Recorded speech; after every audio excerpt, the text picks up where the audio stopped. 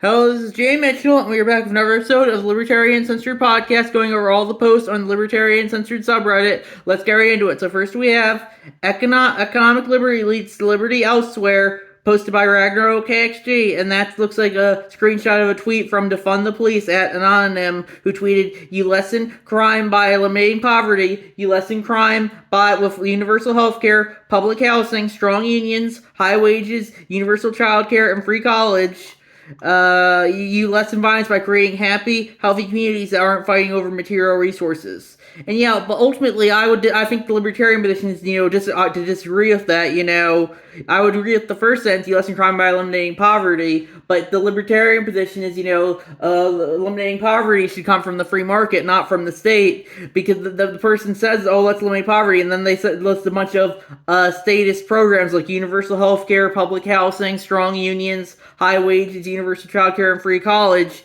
Ultimately, I think the libertarian position is, people are always going to be fighting over material resources. The libertarian solution isn't to have the government give out those material resources for free. It's to have, people try and obtain them for themselves rather than just have the state give them to them. Because when the state just gives you all your material resources, you're going to get lazy and apathetic, and you're not going to want to work to get any more. And that's very much the libertarian position. You should have the free market try and eliminate poverty rather than have the state try and eliminate poverty. It was the Lyndon Johnson declared a war on poverty decades ago, and it still exists, and if it's very much whenever the U.S. government declares war on something like poverty or drugs or terror, it's always going to be inherently unwinnable because those things are always going to still exist, but it's up to people to overcome them rather than the state. And that's my thoughts on that issue.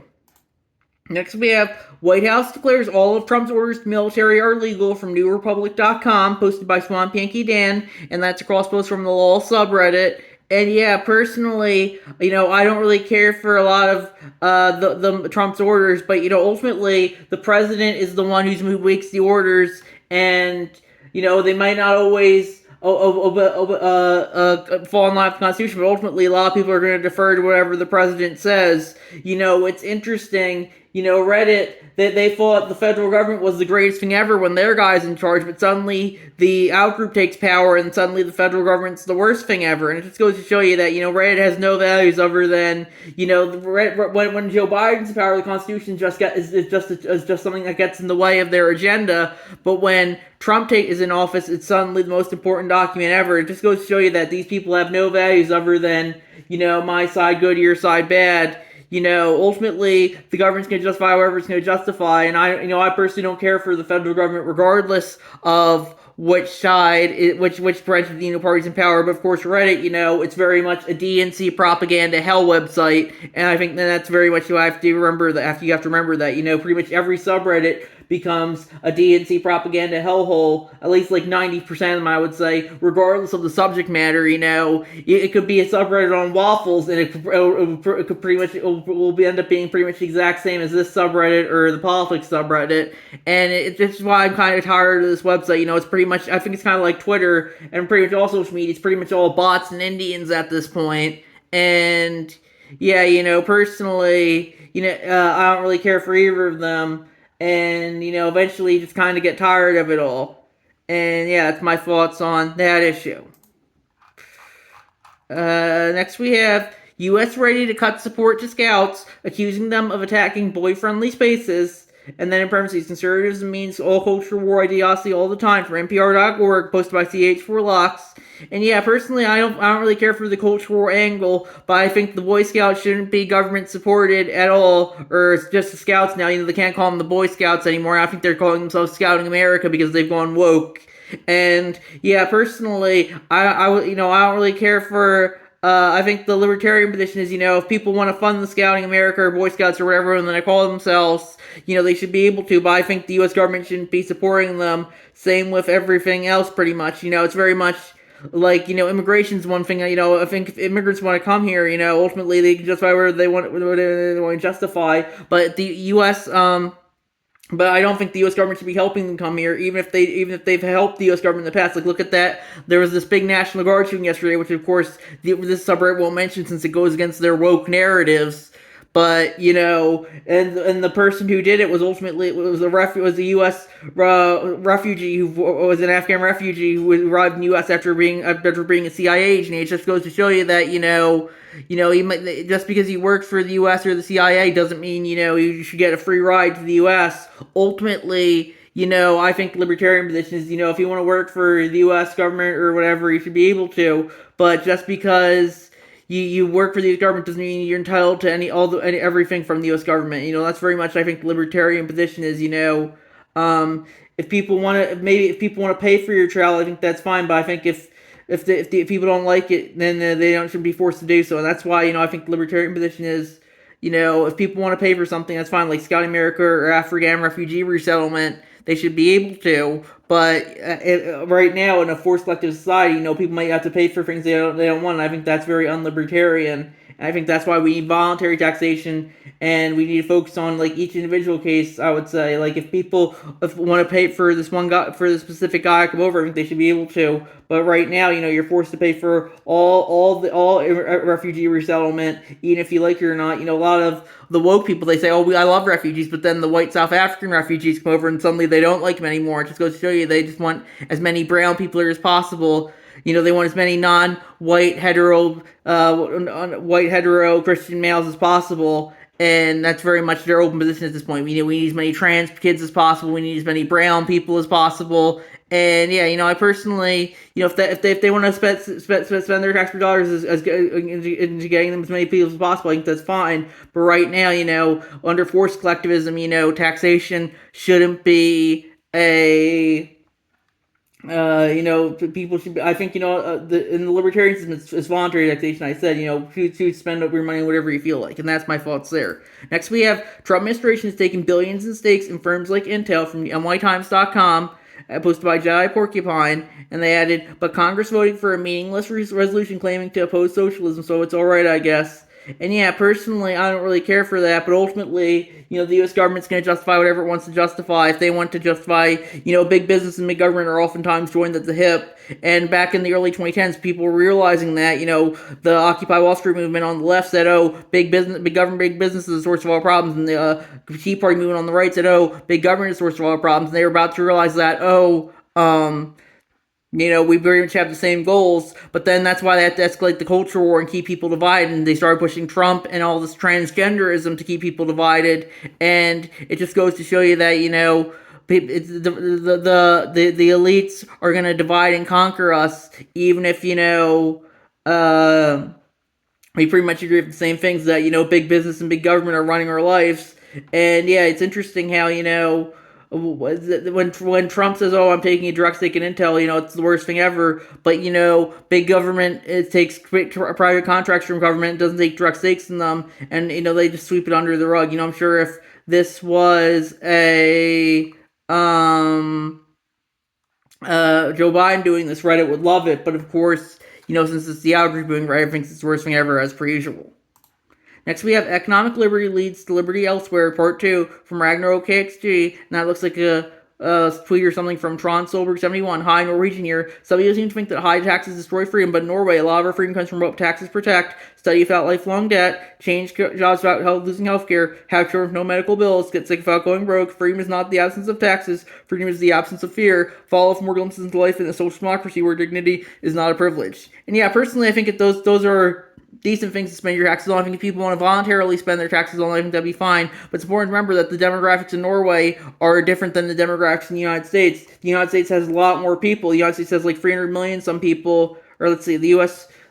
population is 342 million currently, according to Google. Norway population is 5.6 million according to Google, so that's a lot less, and that's important to remember as well. A lot of woke Redditors, they'll say, oh, why can't we just do what the Nordics do? And the Nordics have very much a different population that can handle that, unlike the U.S., which is a lot bigger and has a lot more people to deal with when it comes to funding programs like that. And that's my thoughts on that issue. Next we have catch kids for fetal remains are Republicans' latest dystopian plan to punish abortions. GOP lawmakers in Wisconsin and elsewhere are pushing the idea that abortions are a water quality issue from Reason.com, posted by CH4Locks, and that's crosspost from the We the Fifth subreddit. And yeah, personally, I don't think if people want to use a catch kit for their abortion or whatever, I think they should be able to. But I don't think the government should be forcing them to use them if they don't want to. And personally, I don't really care for the Reddit perspective of, oh, abortions are the greatest thing ever. They're empowering to women. It's just simply women's healthcare. But I don't care for the Republican perspective of, abortion is literally murder either. I would say. I think libertarian perspective, find a middle ground there. Ultimately justify whatever you feel like. If you want to be pro-choice, pro-life libertarian, that's fine. But I think my perspective as a more centrist libertarian, I would say, is the classic Bill Clinton, safe, legal, and rare. I think if a woman needs to get an abortion, I think she should be able to. But, I definitely do think, you shouldn't just be getting unlimited abortions because it makes you feel good. That's why I see a lot of progressives pushing for these days. They say, "Oh, we need women to get as many abortions as possible." It's something that's empowering to women, and I personally don't really agree with that. And that's my thoughts there. Next, we have leaked call shows Kremlin's deputy chief Ushakov oversaw passing Moscow's peace plan to Steve Witkoff with instructions presented with word for word as a U.S. proposal from Bloomberg.com, posted by Swamp Pinky Dan, and that's crosspost from the Europe subreddit. And yeah, personally, I don't really care for that. But, ultimately, the Reddit's always been pushing Trump's in bed with Russia for a decade now, so they're not going to stop anytime soon. I would say Israel controls the U.S. much more than Russia or China does. But of course, Reddit, they're always pushing Russia, even if, Israel's arguably has much more control of the Trump administration than Russia does. And that's my thoughts on that issue. Next, we have Corporations Are Not We the People from ProMarket.org, posted by Ninja Lover, and they had an older article, but a good one. There is nothing in the text of the Constitution that explicitly recognizes corporations or grants them individual rights, nor do the records of the Constitutional Convention provide any hint that the founders ever thought about whether the Constitution was meant to extend its protections to corporations. Moreover, everyone knew when the 4th and 15th Amendment was ratified in 1868 that its guarantees were designed primarily to secure the rights of the newly freed slaves, not to protect the rights of corporations. Indeed, at the time, no one would have imagined that they would also someday be the case. Although the Supreme Court in the late 19th century or early 20th centuries began recognizing the property rights of corporations in cases like Lochner versus New York, it emphatically rejected arguments that corporations had other rights protected by the Constitution. As the court declared in 1907, referring to corporations, the fundamental rights guaranteed by the 14th Amendment are the rights of natural, not artificial persons. And I guess I would agree with that. I don't think the U.S. government, I think the libertarian perspective is, corporations can sometimes be big and authoritarian, but as long as you're not forced to interact with them, they should be able to justify whatever they feel like. But I don't think if people want to say that that the corporations are people, I think they should be able to. But I don't think I think the libertarian perspective is treat corporations like corporations, collective entities that are maybe voluntary, but are inherently anti-individual. Rather than individuals like that, and that's my thoughts on that issue.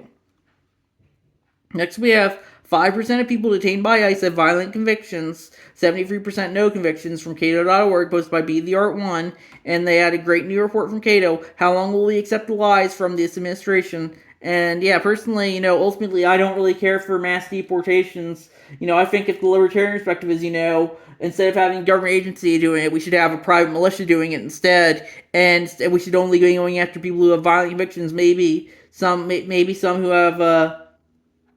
You could argue maybe some of the more risk people. Some people with non-violent convictions might be dangerous as well. But I definitely do think the libertarian perspective on ICE is that it should be a private organization rather than a branch of the government, and it should be only going after the violent criminals rather than just anyone who it feels like. And that's my thoughts on that issue. Next, we have FBI Director Kash Patel threatened Thomas Massey's staff with an FBI investigation over Epstein, including going after a whistleblower, posted by Donald Key, and that's crossovers from the Epstein subreddit. And yeah, personally, I don't really care for the FBI. I think I liked Kash Patel when he seemed like he was gonna lessen the reach of the FBI. But it just goes to show you that a lot of people, they might say they're libertarian, but then they actually take power and they're just the same old authoritarians. I think libertarian position is you gotta get completely rid of the FBI. Same with all the other alphabet agencies. and because it's inherently going to be a tool of the deep state, regardless of how the MAGA might market it as, oh, it might be good if we can control it and we can use it to investigate our enemies. The FBI is always going to be in control of the deep state, regardless, and that's the same with a lot of the government agencies. And a lot of the conservative / MAGA position is, oh, we can control these agencies. Well, I would say that the libertarian position is, we got to abolish all these agencies. They're inherently uncontrollable and tools of the deep state. And that's my thoughts on that issue. Next, we have woman with family ties to White House Press Secretary Carolyn Leavitt arrested by ICE from CNN.com, posted by Ninja Lover, and they had Bruna Carolina Ferreira, a Brazilian native and mother of Leavitt's nephew, was arrested near Boston November 12th for attorney Todd Pomerleau told CNN. And yeah, personally, I don't really care for that, but it just goes to show you that they can arrest you, whoever they feel like, even if they're a relative of someone in the Trump administration. And it's ultimately, it just goes to show you that, even if you think that what they're doing is good, it's everyone, just because you like what they're doing doesn't mean they can't go after you or your family. And that's my thoughts on that issue. Next, we have Missouri AG launches last-ditch immigration probe into referendum that threatens GOP gerrymander. And then parentheses, GOP declares petition gatherers are human trafficking illegal aliens and intended to assault innocents. Posted by CH4 Locks, and that's cross-post from the March Against Nazis subreddit. And yeah, personally, I don't really care for that, but, ultimately, people are going to justify whatever they want to justify, if the AG wants to have a probe that to support their narratives, you think that's fine, Reddit, of course, people are always going to act in their own self-interest, but Reddit only seems concerned that Republicans are going to act in their own self-interest. They're never once, this subreddit like this one will almost rarely, if ever, call out a Democrat for acting in their own self-interest, and I think that's important to remember as well. Next, we have landlords' go-to tools set rep prices to be gutted under real paid settlement. Free market saved from ArsTechnica.com, posted by Paton 13. And yeah, personally, I don't really care for that, but ultimately, I think the libertarian position is, landlords are, if they own a property, you should respect their rules, and if they if they can't use a tool to, I think if the tool's not there, they'll find another tool, ultimately, the libertarian position is, people are going to justify what they justify, regardless of the system of government in place, I would say. Next, we have 19-year-old college student deported despite judge's order blocking her removal. Lawyer from abcnews.go.com, posted by Ninja Lover. And yeah, personally, I don't really care for that, but it just goes to show you that it doesn't really matter what the judge says. It matters how the law is actually enforced. And if the people who are actively enforcing the law just want to disregard what the judge says, ultimately they're the ones who ultimately exercise the government's legal monopoly on the use of force, and that's important to remember as well. Next, we have newly released email show the FBI spent almost $1 million in overtime analyzing the Epstein files as part of an effort to help the Special Redaction Project, posted by Donald Key, and that's cross-post from the Epstein subreddit. And yeah, personally, it just goes to show you that, even if the Epstein files do get released, Reddit still won't will only find them underwhelming. They've been so built up at this point, they can only be underwhelming, and they'll say, oh, they've been redacted too much.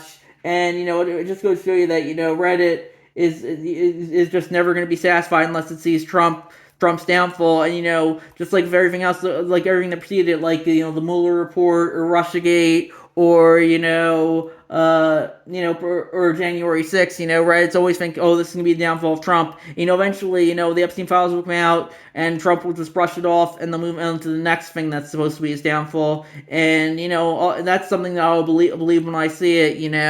It's people have been hyping it up for a decade now, just like the Epstein files. And eventually, it's something you'll believe when you see it. He just keeps managing to keep dust off whatever's thrown at him, and eventually, maybe I think we will see it, but I don't know how soon that will be. That's my thoughts there. Next, and then I wanted to do a post from the Libertarian Party USA subreddit I posted. I said, everyone's always talking about which state is most libertarian in regards to laws. What about when it comes to state miles and other symbols? I said, I know a lot of libertarians tend to choose New Hampshire's live free or die as the most libertarian model, but I've always preferred Virginia's 6 December trans, Latin for thus always tyrants. Personally, it's also why I have to give Virginia my recommendation for the most libertarian state flag and seal. On the search on Virginia's website, which I think is absolutely adorable.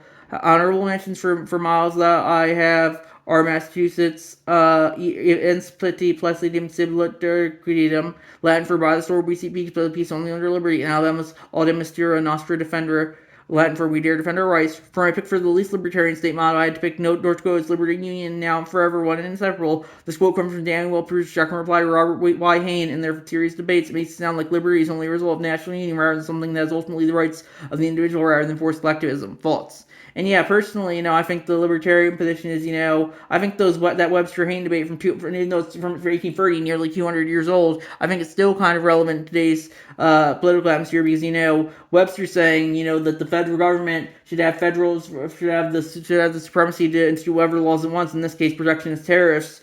And Hayne's saying no, it's the union is a collection of equal states. And state law should be the supremacy over federal law. And it's interesting, it's very interesting. These days both major parties support states' rights, but only when their party isn't the one that controls the federal government. You see a lot of Democrats arguing for states' rights these days in regards to issues like ICE and like and but back when Biden was in office, they were all about the supremacy of the federal government. When it came to crushing, like Florida's "Don't Say Gay" bill, they said, "Oh, Biden should override the state legislature on that one." And it just goes to show you that people will always act in their own self-interest. If they control the federal government, they'll say, "Oh, that's the supreme one." But if they don't, they'll say, "Oh, the state's government should be the ones who ultimately should make the decisions rather than the federal government." And that's my thoughts on that issue. And I think we're going to wrap it up there. I'll see you guys in the next episode. Bye.